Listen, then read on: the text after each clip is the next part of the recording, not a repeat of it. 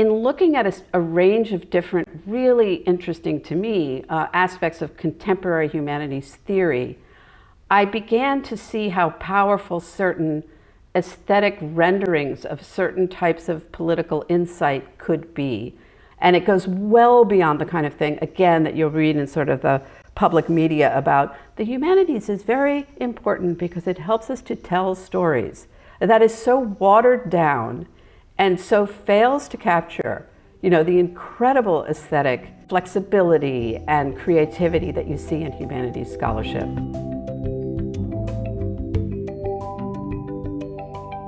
Hello, and welcome back to Tomato Tomato. I'm your host, Talia Sherman, and today I am very proud to bring you this interview with Brown University's Amanda Anderson. Amanda is many things. She is both the Andrew W. Mellon Professor of Humanities and English and the Director of the Kogut Institute for the Humanities at Brown University. She's also a recipient of the Guggenheim Fellowship, the host of the podcast Meeting Street, and the author of many books on literary and theoretical criticism, including Bleak Liberalism, which we will discuss at length in this episode. Early on in our conversation, Amanda will characterize her work as metacommentary. She will say that she tries to assess and probe trends in literary studies in the humanities. This episode will be yet more metacommentary. We will comment on and discuss the engagements, attachments, and polemical debates central to current humanities theory and pedagogy. Indeed, we will provide metacommentary on Amanda's metacommentary on liberalism as it relates to literary engagements, academic civility, and so forth. This episode is a mimetic defense of the humanities. Before we begin, I want to highlight two recurring distinctions. At several points throughout our conversation, Amanda will reference the dialectic or tension, and I would go so far as to say the dialectical tension, between the systemic and the lived, as well as the aesthetic and the political. She will advocate for a humanistic approach to understanding and grappling with the difference between the systemic and the lived, and the aesthetic and the political. Crucially and rather unusually, however, Amanda will claim that an aesthetic engagement with political thought can help us reckon with and understand the differences and complexities between the systemic and the lived, between how power is felt and how it is institutionalized. Literary engagements with liberal thought, for instance, help us to see the complexity of the individual experience of liberalism and the theoretical apparatus that is liberalism itself. As you listen to this episode, bear in mind this attention to irony and complexity that Amanda is so focused on. With that, please welcome back into your ears, Amanda Anderson.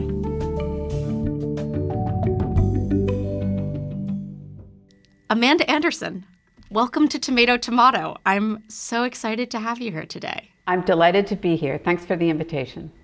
Thank you. Okay, so please start by introducing yourself. Who are you? What do you do? Where are you at? What brought us together? Sure. So I'm a professor at Brown, where you are about to graduate. I am a professor of English and humanities. Originally, I was trained in 19th century British literature with an emphasis on intellectual history, the relationship between literature and culture, and a kind of deep and abiding interest in, I would say, cultures of argumentation within the academy. Brown is the third school that I have taught at. I started out at the University of Illinois, Champaign-Urbana, then taught at Hopkins for 13 years, Johns Hopkins for 13 years, where I also served as department chair, and came to Brown in 2012 and have been here. And for most of the time that I've been here, I've been the director of the Kogut Institute for the Humanities, which has been a really rewarding and enriching job. And that's where we met, because you were here this year as an undergraduate fellow working on your thesis in company with our fellows from various career levels, including graduate students, postdoctoral fellows, and faculty. In terms of how, sort of transformations over time in my career, my areas of interest have continued to evolve, as they do, I think, with any alert and dynamic scholar. So I would say I study the novel more generally across literary periods, not simply restricted to the 19th century, primarily in English. And I've been increasingly interested in political theory, psychology, and ethics. And I would say generally that most of my work is what you would call metacommentary, which is to say, I try to assess and probe trends in the field of literature and the broader humanities and humanistic social sciences. I do on-the-ground, granular readings and analyses, but I'm really, really interested in larger trends. Yeah.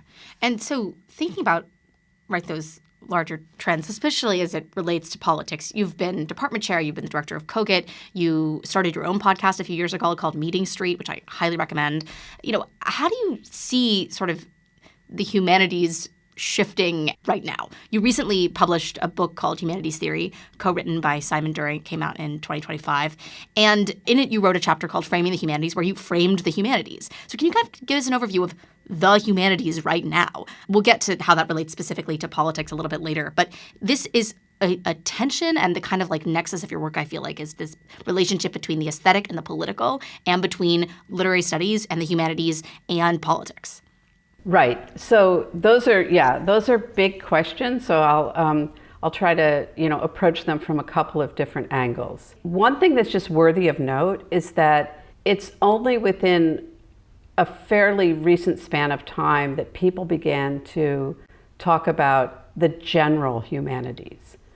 It used to be that scholarship was distinguished by its discipline, and so people would talk about literary criticism, art history, media studies. They still do, of course. That is still, a way of characterizing scholarship. But in the broader media sphere, and, in terms of work that is presented to the public describing the university, it has become quite common to talk about the humanities.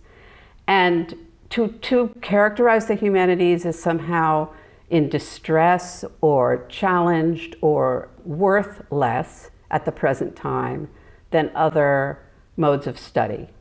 And that's very significant, but it's also very misleading, because there's a lot going on in the humanities that is quite dynamic and vital, and not really clearly understood, I think, by the general public because of this tendency rhetorically to refer to the humanities. Many people who are reading the newspaper will be constantly encountering the humanities. If they read a piece about climate change, they'll be reading about the human experience of climate change, cultural differences in the experience of climate change, environmental injustices. All of these types of topics are part of what we now call the environmental humanities, which is a subfield in the humanities. But the very approach to the understanding of cultures and human experience is fundamental to the humanities. And this is true across a whole range of things. Most of the writing right now about AI is profoundly humanistic, because it's obsessed with thinking about what is the distinctiveness of the human, what is the difference between the human and the computer, are there things that AI can't do, and does that matter, and how do we talk about that, and how do we preserve that or nourish that in various sectors of life. Now, to get to your question of what is the humanities, that can be approached in many different ways. As you know from having been a fellow over the last year, I am a pluralist.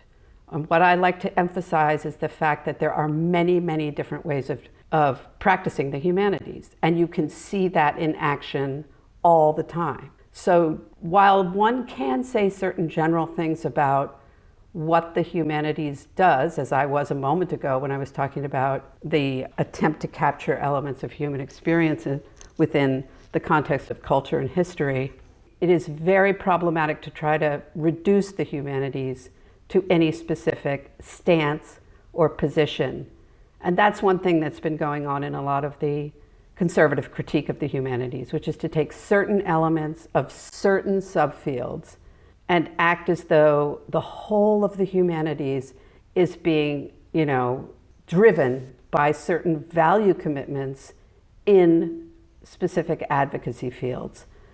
And that is just not, at all reflective of the rich array of work that's done in the humanities, some of which is not interested in politics at all, right. Nor does it need to be. Right. Yeah. So we'll get back to these, but I want to note the couple literary devices that are arising. So number one, it's that we have these synecdotic problems, and we have a tendency to refer, when we talk about the English major, as representative of the whole of the humanities, or the decline of the English major being representative for the decline of the English department, right? So we have these synecdotic problems, and then also irony, which you are incredibly adept at spotting across your scholarship. So your book, Bleak Liberalism, which I have read, it's everywhere. It's you're spotting out these ironies, but there's an irony that is relevant to also this thing of framing the humanities, which is that everywhere, as you said, that we read about anything, whether it's climate change or AI or politics, it's obsessed with the human and the human experience, but at the same time, there's a devaluation of the humanities right now. And people think that it's not as relevant or not as useful. It's not a utilitarian effort to try to engage in humanistic inquiry. So those are the kind of like themes I want to tease out. But I want to get to this relationship between the aesthetic and the political, because you say in Framing the Humanities that the humanities use the aesthetic to express political commitment rather than run from it. And that theoretical arguments are not a flight from politics or critique, but rather an intensification of political insight through aesthetic means. And again, in Bleak Liberalism, you talk about how we can have aesthetic enactments of liberal thinking, which is to say aesthetic enactments of political thought. What is the relationship between the aesthetic and the political? And why does a humanities perspective offer us something that's more important, a more nuanced perspective on the political, precisely because it expresses those political commitments through aesthetic means? Yeah, that's a great question. And first of all, I really appreciate your connecting up that moment in the Humanities Theory book with the project of Bleak Liberalism. Because honestly, the moment at which I make the point in Humanities Theory that it is, again, kind of misguided to critique certain theoretical positions in the humanities as overly aesthetic, or what some people would say aestheticizing the political, i.e. running away from the political, not really being political. There's a long history to that critique, starting with critiques of the Frankfurt School, Theodor Adorno, and a wide range of thinkers who followed him. The idea that because there is such a stringent negative critique of existing forms of power, there is no place for any kind of escape or freedom except in art. So, there's a critique of that. And what I insist on in Humanities Theory, precisely at the moment that you pulled out, is that that's too reductive. Though I will confess that I have had, in the past, had very strong sympathy for that critique, for the critique of the aestheticization. But there were other reasons why I was dissatisfied with it. But in looking at a range of different, really interesting to me, aspects of contemporary humanities theory, I began to see how powerful certain aesthetic renderings of certain types of political insight could be. People in literary studies love paradox, right? And one of the things you can see in a lot of the articulations of paradox is not just really being into paradox for its own sake, like the cathexis is all on that, but rather that paradox allows one to kind of hold two things together. For example, a systemic view and a more sort of lived view. So something like Rob Nixon's phrase, slow violence, which is a paradox or an oxymoron, or, it has elements of that, allows one to kind of think about the effects of certain forms of environmental degradation and power, but to think about, well, why are they slow? They're slow because, that's partly because of the way that they impact human cultures and communities. So that it takes place over time, and it's insidious in many ways. So that kind of thing I just think is incredibly interesting, and it's not simply a matter of being all excited about the fact that you got a cool, somewhat paradoxical title.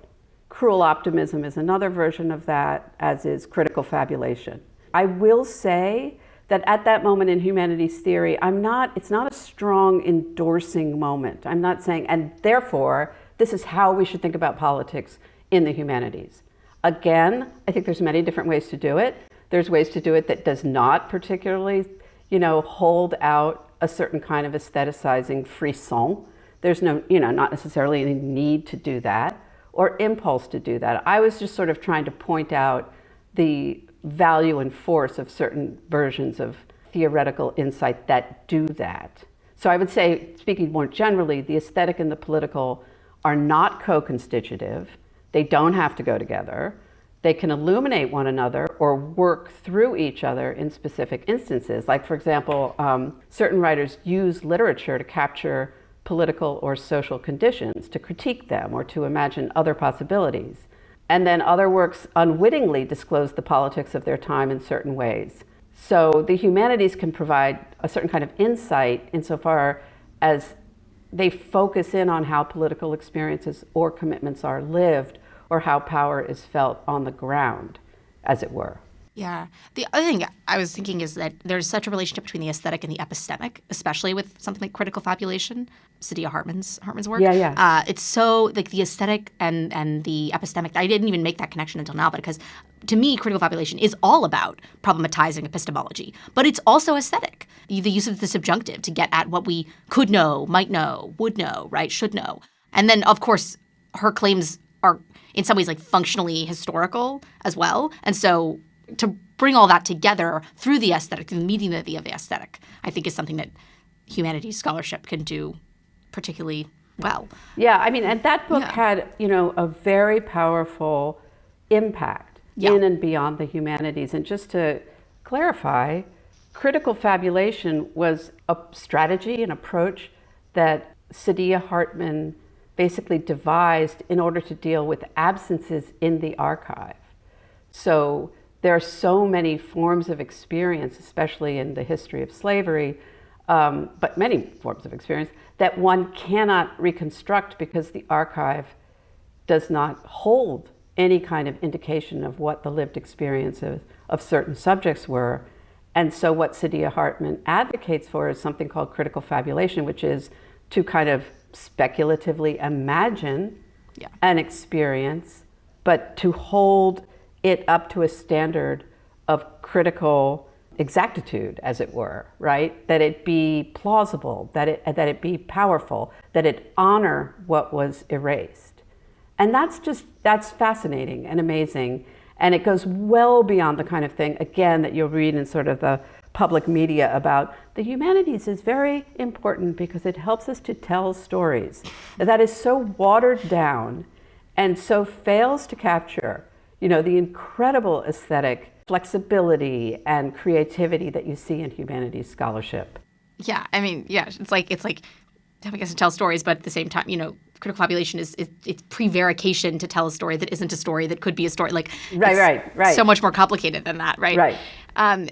So let's talk about bleak liberalism, because it's a page turner. I need to say that, and I really mean that. It is a page turner of literary theory and literary readings and political theory. But it's an important book in the humanities, I feel, because in the humanities, it's often like axiomatically assumed that we don't like liberalism. There's this overwhelming kind of gestalt-like force of negativity towards quote-unquote liberalism. And you are a liberal. That is a label that you ascribe to. And you wrote this book, Bleak Liberalism, to talk about, again, the ironies and the paradoxes and the tensions that arise when we are speaking negatively or positively about liberalism. Liberalism in relation to neoliberalism, progressivism, radicalism, etc. And then, of course, the title, Bleak Liberalism. And so I have a lot of questions about this book, but let's start with, really like what liberalism is to you, because you cite these critiques of liberalism that it, perpetuates the very conditions it purports to wage war against, and it avoids structural amendments and does sort of more like content renovations. You say that in certain progressive or radical accounts, liberalism is not an ideology, it simply is ideology. So to you, what is liberalism? And it's not neoliberalism. You are very clear to distinguish liberalism from neoliberalism. In a talk once you said that neoliberalism is actually a metastasized form of economic liberalism. It's not political liberalism. And those seem like really important distinctions to me. So what's liberalism? How do you distinguish it from these other political movements? And why bleak liberalism? Sure. And thank you for those kind words. Nobody's ever called anything I've written a page turner. It really is, though. Like, it's like, what's she going to say next? Like, I was feeling it, Great. Yeah. That's great. So, right, as you say, I mean, I completely agree with your replication of my argument. Isn't that funny? So the basic problem, right, is that liberalism is treated as a kind of, like an ideological surround or false consciousness, rather than a consciously held ideology. So it, Right. It's often used thoughtlessly, I would say, in left academic work. It's often used thoughtlessly, functioning as a placeholder for what we know we are against, right? I mean, if you just sort of think about how the way it pops up when people are giving talks or in introductions to books, as though it's nothing that needs to be explained. It's just the bad guy. And what that means is a diluted ideal of universalism or individual autonomy or progress that is blind to its own exclusions and consolidations of power. So one thing that is assumed there is that a certain kind of exclusion and power is hardwired into liberal ideology. And yet those who are promoting it or enforcing it are utterly blind to that. So rather than saying something like, liberalism has not lived up to its ideals, right? It is an unfinished project. It has over time tried to recognize certain forms of exclusion and address them. Rather than that, it's just said it is fundamentally always going to be exclusionary because it's going to erect a dominant subject that has to define itself against something that it excludes. Now, that's a separate question. There's a huge political, psychological, historical, cultural question about the incredible recalcitrance of othering and the problems that that brings and the violences associated with that. Right. But in the case of liberalism, it's just sort of, it's basically seen as the driver of that kind of thing. Now, as a consciously held ideology, liberalism takes different forms. Right. So, there's economic liberalism, so that, believes in the need for a free market. Political liberalism is different. It holds up democracy and its institutions as critical to a healthy polity and makes no prescriptions about what people might choose. So it can result in social democracy or democratic socialism or neoliberalism, right? It's like, it depends what people vote for, as we know, voting is not a clean procedure. So, I mean, there are ways in which one has to be really, really alert to all the problems and challenges that afflict liberalism, which is why I advocate for a bleak liberalism, one that knows what it's up against. But fundamentally, in the case of thinking about political versus economic, political liberalism puts the procedures of democracy first and is against any extra procedural imposition of a specific form of social and economic organization. Now, neoliberalism, what does neoliberalism advocate for? Deregulation, privatization, and it promotes a kind of entrepreneurial ideal, right? And it is, in that way, it's the inheritor of economic liberalism and should not be equated with liberalism tout court. It's also, sort of baldly in the service of amassing of wealth and power. So it doesn't really represent a vision of how the whole society might be configured. Yeah. I mean, people don't go around saying, I'm a neoliberal and here's my vision for society, right? It's mostly something it's a label that's ascribed. Some people do. I mean, I will say, yeah, Larry Summers, our good friend Larry, is a self-proclaimed neolib. Right. So it's not unheard of, but consider the source. Okay. Yeah. But I would say in general, right? It's like it seems there are people who can, I think you're absolutely right. They can adapt economic liberalism to say this is the best way to approach the possibilities for growth and flourishing. But it seems to me to really sort of lack a kind of rich and textured sense of the good. Now, what's really interesting too is that some of the most interesting critics of neoliberalism, such as David Harvey and Wendy Brown, whom I discuss in Bleak Liberalism, emphasize the way in which it eviscerates traditional liberal ideas. So that's really interesting to me. Because they're such excellent scholars and theorists, they are forthright about the ideals that are being undercut, and they recognize that they're actually liberal ideals. So yeah, was there another question built in there that you wanted me to address? Well, I wanted distinguish liberalism from progressivism? Because you do talk about, it was either in Bleak Liberalism or a talk that you gave about Bleak Liberalism, but you are against sort of just saying, oh, let's call it progressivism, or let's be progressive, let's be radicals, right? And you talk about, quote unquote, bleak radicalism, actually, in Bleak Liberalism, and you say that that liberalism and bleak radicalism resonate so much in their disposition towards their objects of study. You mentioned Lakoff at one point, actually, George Lakoff, and how he says, let's just call it progressivism. And as someone that is familiar with linguistics and the linguistics community, he's not our favorite guy, but he holds a lot of power.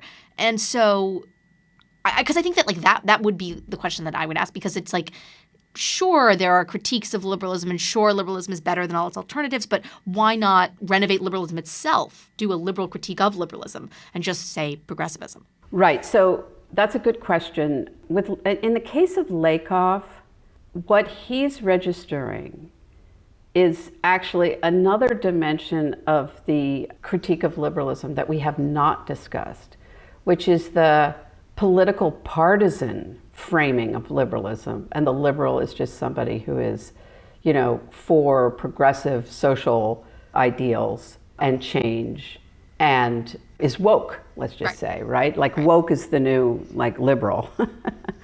That's a sort of different problem. And I think Lakoff is trying to say, look, rather than avowing liberalism and just playing into a really entrenched situation where that's a damning label and it's used by politicians in partisan manner, let's kind of shift it, use a different word so that we kind of disable that tendency. Right. Okay, so that's where I think things are coming from in the case of Lakoff. Progressivism, again, I guess what I would say there is that political liberalism is more procedurally stringent than progressivism. Now, this is a sort of broad claim to make, but progressivism has built into its name a set of assumptions that are sort of, they're kind of unnamed, but people sort of, agree on them because the term progressivism has been applied to them over the course of history, like labor movements, et cetera. And for that reason, because I think it presupposes a specific political content, this is a reason why I prefer advocating for liberalism. Personally, I'm a social democrat. Personally, I believe in a mixed economy. I believe in regulation. I believe, et cetera. But when it comes down to the sort of base foundation political commitment or view or belief, I'm a liberal in the sense that I think that I privilege procedure, which is to say voting, process, the rule of law, et cetera. Yeah. All of these things are hard, these distinctions, they're not foolproof. And they're difficult to hold fast in every instance. And it's possible to show that procedures can be corrupt, et cetera. But that's the distinction I would make.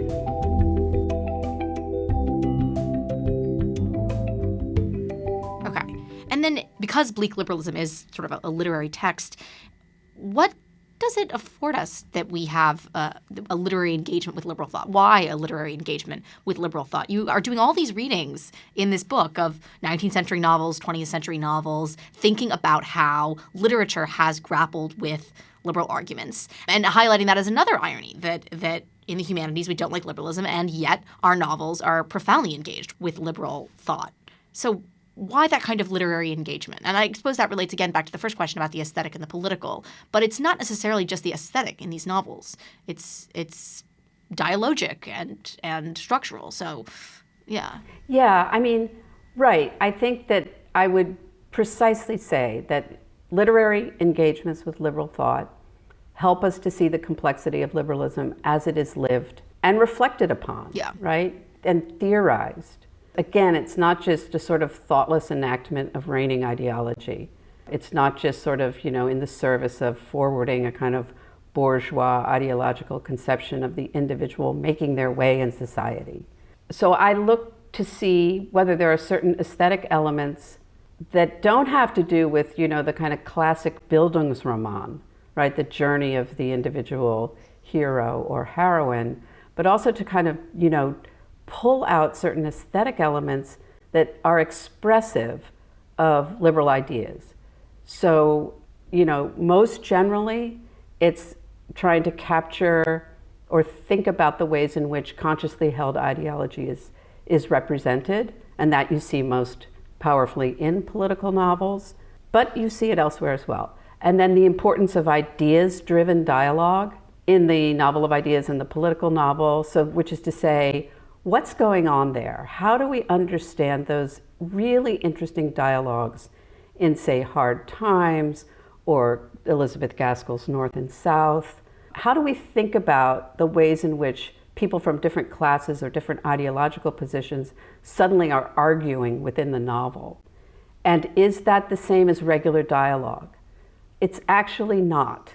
So I call it character-character argument, and I draw on the work of the narratologist James Phelan, who talks about the ways in which dialogue, he isn't really talking about politics, but he talks about the way in which certain dialogues in novels function as a kind of narrative in a mediated form. You're being presented with a set of ideas that are in conflict, and you're not only reading a dialogue that's part of the action of the story. You're being asked to kind of reflect upon and think about ideas about politics, but not in a monologic way. And I think that's fascinating, and I think it's fundamentally liberal. And then the last thing I would say is that I'm really interested in the tension between what you could call the systemic and the lived perspectives in realism, and how they reflect a tension between the systemic and the lived perspective in liberalism. And my central example, and the title of my book is playing on that, is Charles Dickens's Bleak House, which has a third-person narration and a first-person narration, which are alternated throughout the book. And the third-person narration is like stringently expressive of and attentive to and focused on systemic power, oppressive power. And then the first-person narrator, Esther, is sort of morally aspirational, and it's just a fascinating juxtaposition, and I think that it's expressive of something that you see across the history of liberal thought. Yeah. So I want to go to pluralism, because it seems like that is kind of like what we keep on coming back to, whether it is what do you call it, character argument? Mm-hmm. That being fundamentally liberal, right? And then the multiplicity of voices. And this is something that you return to in Framing the Humanities and also in other essays, one called, Situating the Method Debates, thinking about how you argue that pluralism is actually intrinsic to humanities pedagogy and liberalism, because that's what we do in the humanities classroom. We have different voices offering different perspectives, but at the same time, liberalism is maligned by humanities scholarship because we don't want to teach you a multiplicity of things. It's just like one viewpoint. We're sort of seen as this like normative education. There's also this thing that you call bland liberalism, which you talk about in Framing the Humanities. You say that bland liberalism is this multiplicity of voices rather than a critical and contested sphere of reflective endorsement and engaged debate. And I'm not actually sure always whether you're ventriloquizing those critiques or not, because what is bland liberalism and how could we get to true liberalism? Because right. There's so much debate, it seems to me. And again, it is ironic that there's so much debate about what the humanities should be, like what we should teach, what we actually do teach. It's not even just a question of like deontology or normative questions. It's like, what is it that we teach? Do we teach skills, or do we teach moral and self-cultivation? Is this historical teleological or moral anthropological? And then why study the humanities? But I want to kind of bring that together through the lens of pluralism, because that is a value of yours, it seems. Right. Yeah, there's a lot there. I'm going to just start by trying to make some distinctions. Yeah.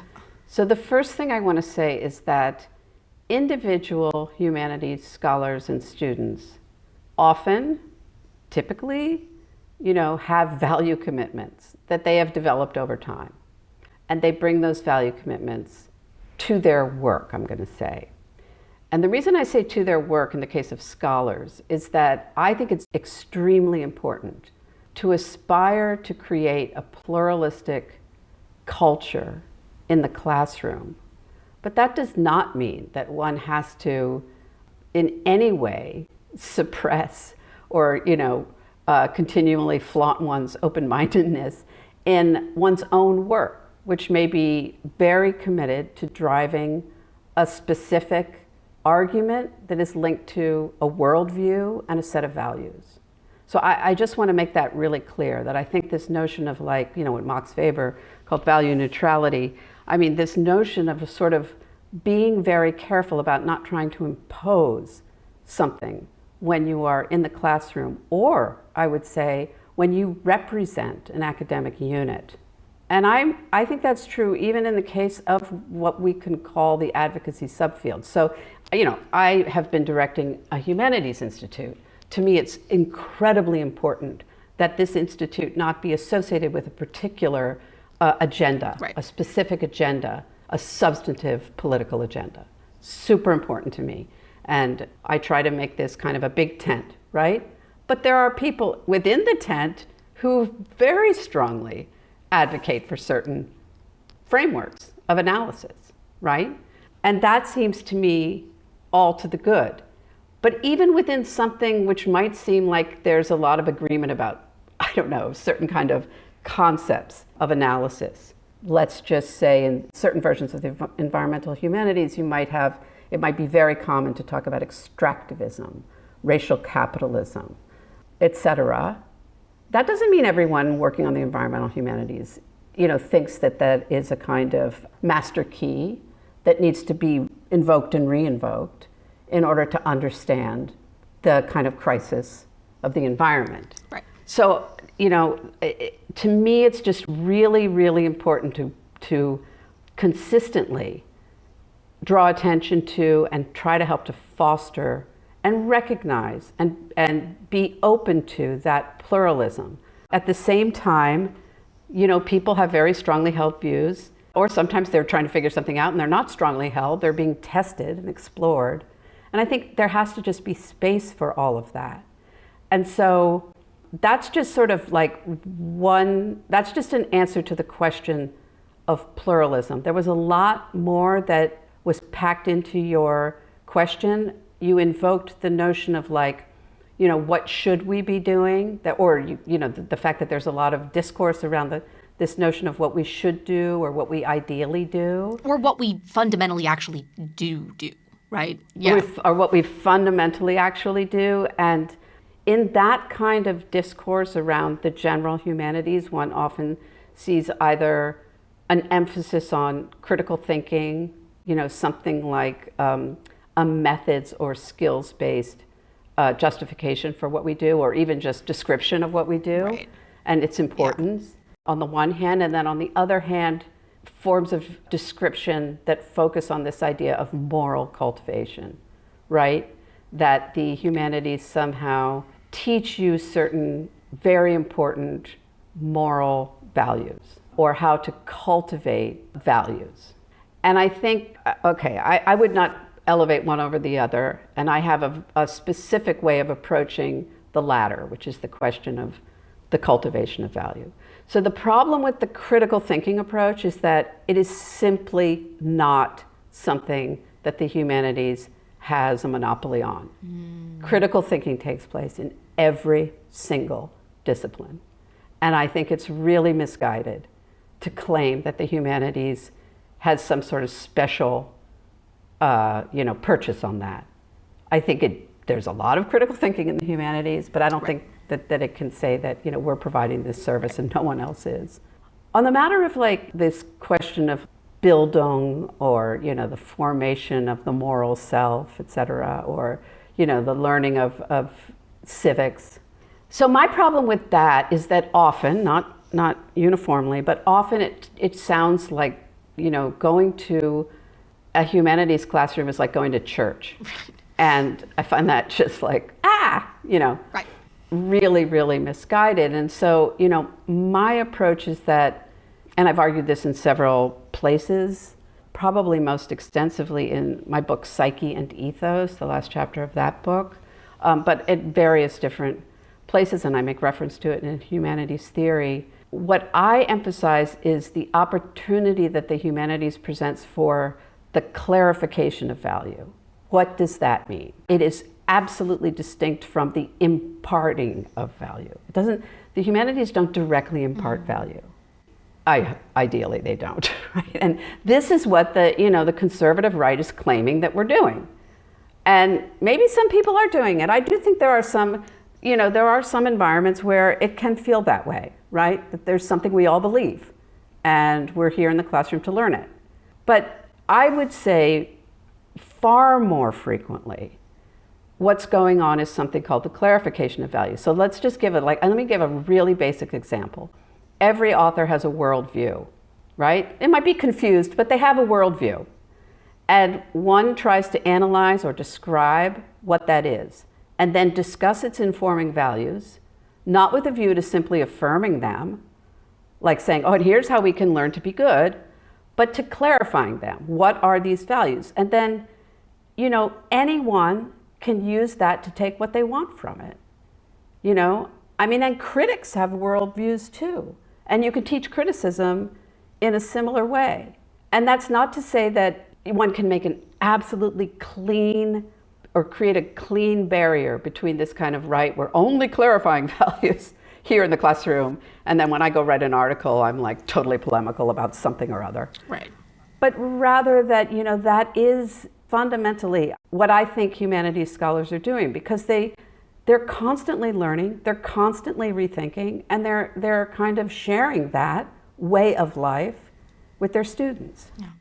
Having been, a part of this institute, the Kogan Institute, and seeing all these different humanities scholars from political science, philosophy, ethnic studies, history, anthropology, English, it's just so clear to me that we have very different skill sets and very different worldviews. It is just, I actually think that English in particular gives you really important skills, close reading among them. But that's not the same skill that a historian isn't necessarily taught close reading. And so it seems to me actually very dangerous to homogenize, yes. as you said at the beginning, the humanities, because they're very different skills and very different understandings of history, materiality, ideology, subjectivity, the very different understandings of these things. So that seems important. Right, and once you add intellectual temperament, or individual idiosyncrasy into the mix, you have an amazing kind of plurality of forms of understanding human experience.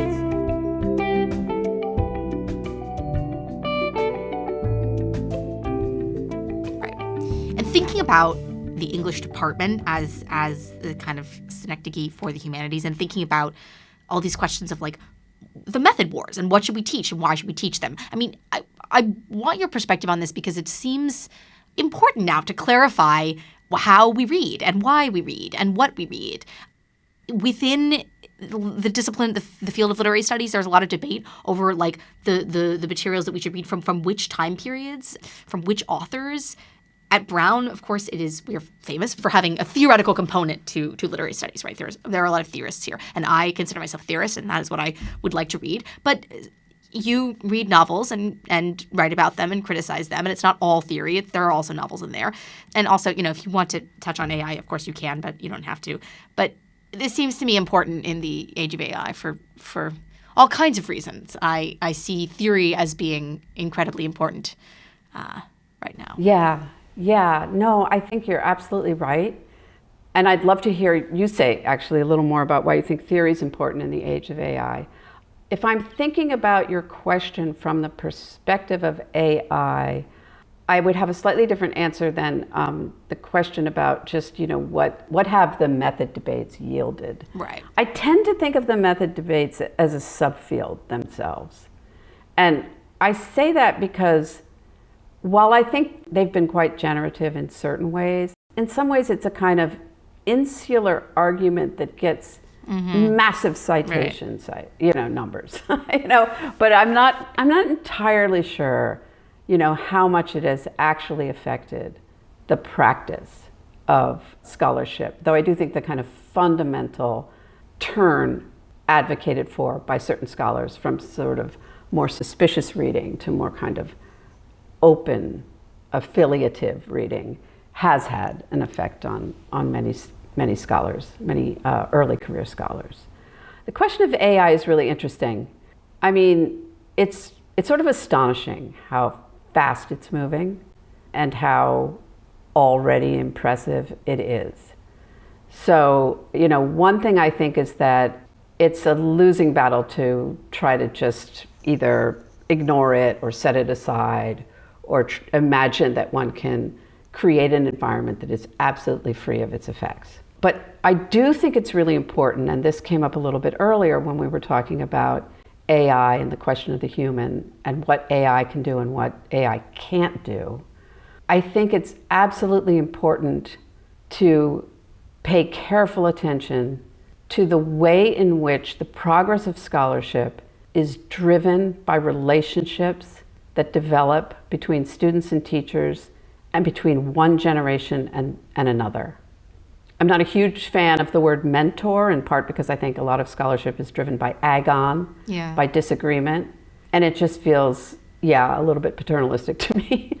But having exemplars in your midst, even exemplars you disagree with or depart from in some key way, but who otherwise, kind of motivated you, that has been critical to the life of scholarship and research. I mean, there's intellectual, sociological work on this. Randall Collins comes to mind. This interview with me is a perfect example of this dynamic and its importance. Now, it's great that there are many newer ways to access the work of scholars, like YouTube, podcasts like this one, but the IRL experiences are critical to practices of deep thinking and study and dialogue that make the life of the mind meaningful and that keep intellectual attachments and resistances vital. Because psychologically and sociologically speaking, those relations are critical to the advancement of knowledge. And one thing I'm really interested to see and to watch is how this generational question is impacted by AI, because there's already been to a certain degree, not really so much at places like Brown yet, but there's been a kind of a breaking down, let's say, of what had been seen as these kind of indissolubly linked elements. And by that I mean the semester, the class, the single professor, right? If this becomes a gig economy right. and people are just grabbing from Khan Academy or, just listening to famous academics at 2 times speed on a podcast, which they might be doing right now, there's just a real, that's important because it provides access to people who might not otherwise have access. And I think that's hugely important, and I really applaud what you're doing with your podcast. But at the same time, what AI cannot replicate is this really powerful experience of kind of generational transmission, intellectual. And by generational, I mean not necessarily the exact time of a human generation, like half generations, 10 years, whatever. Things are happening in different cohorts and groups and over time that are really important and I think are really enabled by the kind of in-presence experience. Right. Yeah. That is an interesting perspective on that. I've never heard that defense before of a generational, I guess you're talking about the kind of productive friction of people coming together in disagreement and from different generations and age groups. In terms of, you asked why, I think theory is important. Yeah. I think that it's about thinking about what it is to read and juxtaposing different reading practices and seeing how they garner and engender different results. A feminist reading versus a psychoanalytic reading, a paranoid reading, reparative reading, these are very different reading practices, and they will yield very different opinions on a text. And then, of course, there's the whole thing of problematizing and expanding the definition of a text. And I think that that's something that theory gives us in particular, is seeing the world as literary, seeing the, Derrida tells us, right, there's nothing outside the text. And to me, I take that as not just that there's nothing that isn't semiotic, but that the world itself is literary and kind of lends itself to literary interpretation and analysis. And I think that giving people the skills and showing them that they can use those skills to analyze things that are not just Austen, Eliot, Trollope, whatever, that's really, really important. It always seems, it's funny to me, I feel like there's so much people are on the defensive, right? Because, they love Shakespeare or they love Chaucer or whatever. And I don't really understand why it is this shocking insult to say, well, maybe Shakespeare isn't so relevant to my generation, but people get very defensive if you say that. But I think that I guess I'm less sure that there's a specific author that we need to study, right? I don't know about the content that we need to study, but I think that there are skills and methods that we need to teach. And I know that there are so many debates whether it's okay to teach movies or whatever in English classrooms, and I sort of say, why not? Because also, if you think about the vastness of books, it's not as if we're allowing like contemporary literature into all our classrooms, but not movies or something. Like, it seems to me like there's a canon that we teach from. And the places where I have been taught real contemporary scholarship have been theory classrooms, reading contemporary theory. Because there has been like so many advancements, even in the past 20 years, in Black literary theory, Black studies, Afro-pessimism, right?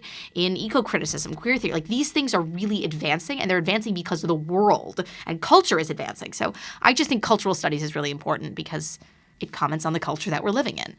I guess like there's that Jeffrey Nealon article or book, and then, of course, Anna Kornbluh's Immediacy, or the Style of Two-Leg Capitalism, where they're both talking about they disagree on the reasons why, but they both agree that the English classroom is now becoming like a therapy, like biopolitical, kind of like you learn about yourself and not about the text. And I would say that is a concern of mine. Like, I don't think that we would want humanities classrooms or English classrooms to be the place where you learn about yourself, write about yourself, see yourself reflected in everything. It doesn't have to all be about identification. But I see theory as getting us actually away from that paradigm, because the practice of reading a book often, especially with my generation, is like, oh, how do I see myself reflected in this book, in this character? And if I can't see myself reflected in the character, then either I can't understand it, I'm not equipped to really identify, or I shouldn't identify because maybe this character doesn't have the identity that I have or the experiences that I've had. And I see theory as getting us away from having to essentialize identity all the time in our scholarship and life. Yeah, I think that's wonderful. I completely am in sympathy with everything that you said. And one thing that's kind of interesting is that theory, your description of the kind of corrective effect of theory on something that could become more sort of therapeutic or self-involved is that, another way to look at that is that theory invites this kind of thinking of the relation between the systemic and the lived. And when I was talking about that in relation to sort of Bleak Liberalism, that dialectic or that tension between the systemic and the lived is not only to be found in liberalism. Any social philosophy has some version of it. And typically any theory that is trying to make sense of any aspect of, the cultural sphere also has that, even if it's a little bit cryptic, right? So I think that that's really important because it does help to sort of prompt a kind of detached viewpoint. And yet at the same time, not completely detached, right? So that to kind of work between, not necessarily some sort of like very narrow conception of, identity, right, and the system, but rather just experience and the system. So I think that's really important. And I also agree with you that like there is no need to preserve certain canons, especially if it's done in a kind of anxious and defended way. Yeah. That just seems crazy, right? What you want to do, and this really is interestingly an argument for method, right, in a way, and skills, as you kind of made clear. But the thing that I would say is that the skills involved in close reading and understanding complex theory are also always going to be in the service of this notion of value clarification that I was talking about. Yeah, that to me, that's like a strong argument because, Jonathan Kramnick's book, Criticism and Truth, would say something not opposite but different, which is that the skills of close reading are critical to truth seeking, right? Not necessarily value clarification, but truth. So I love it that you're engaged in the method wars, I guess, is another way of saying that. Yeah.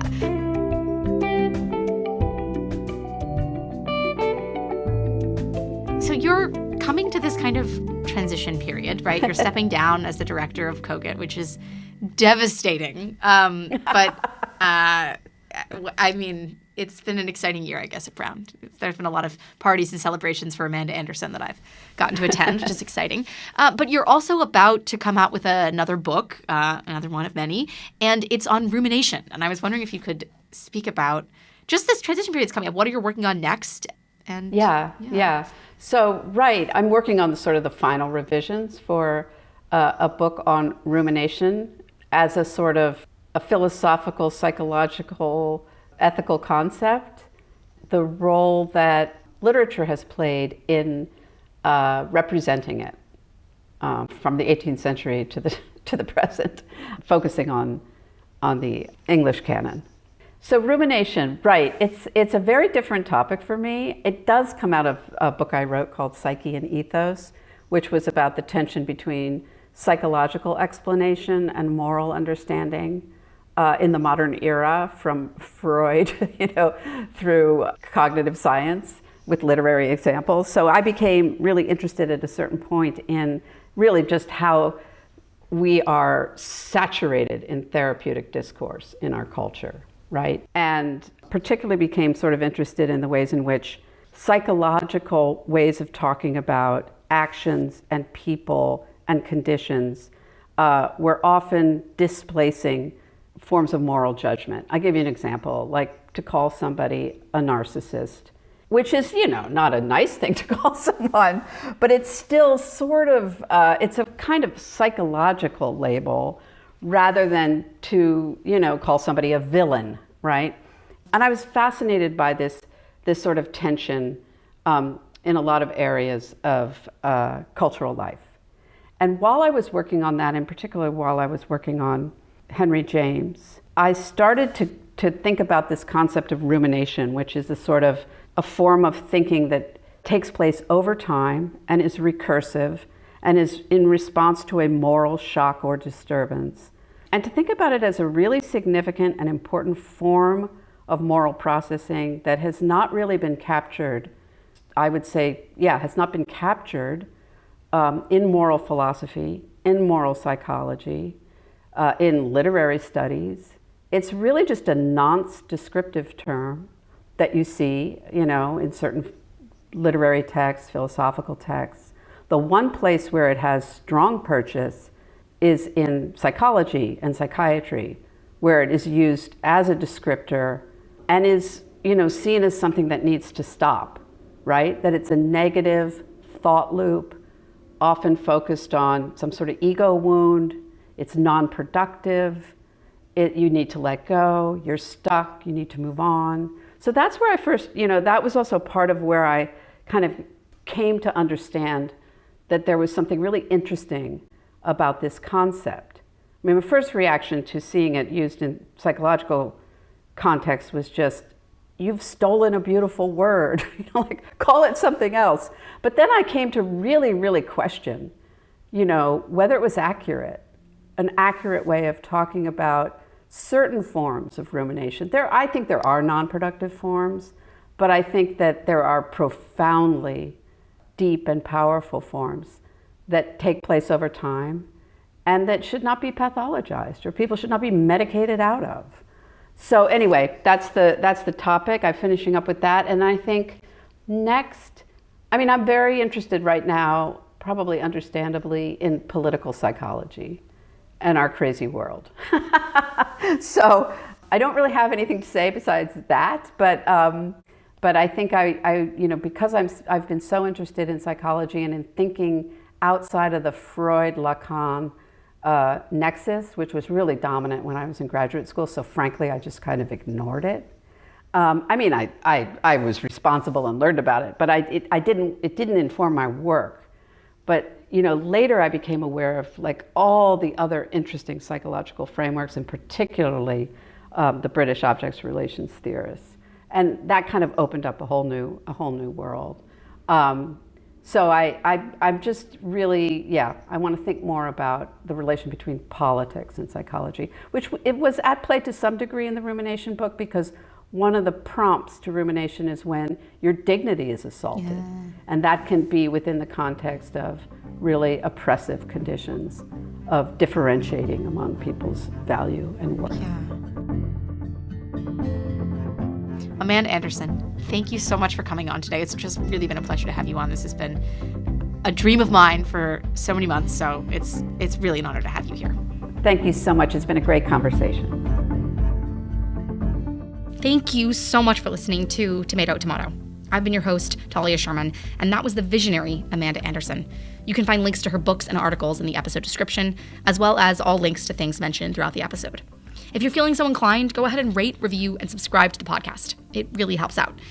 If you really want to make a difference, forward this episode, bring it up in conversation, speak about it, negatively, positively, all things in between. A friendly reminder that select clips with video are available on YouTube, and I will speak to you next time. Bye.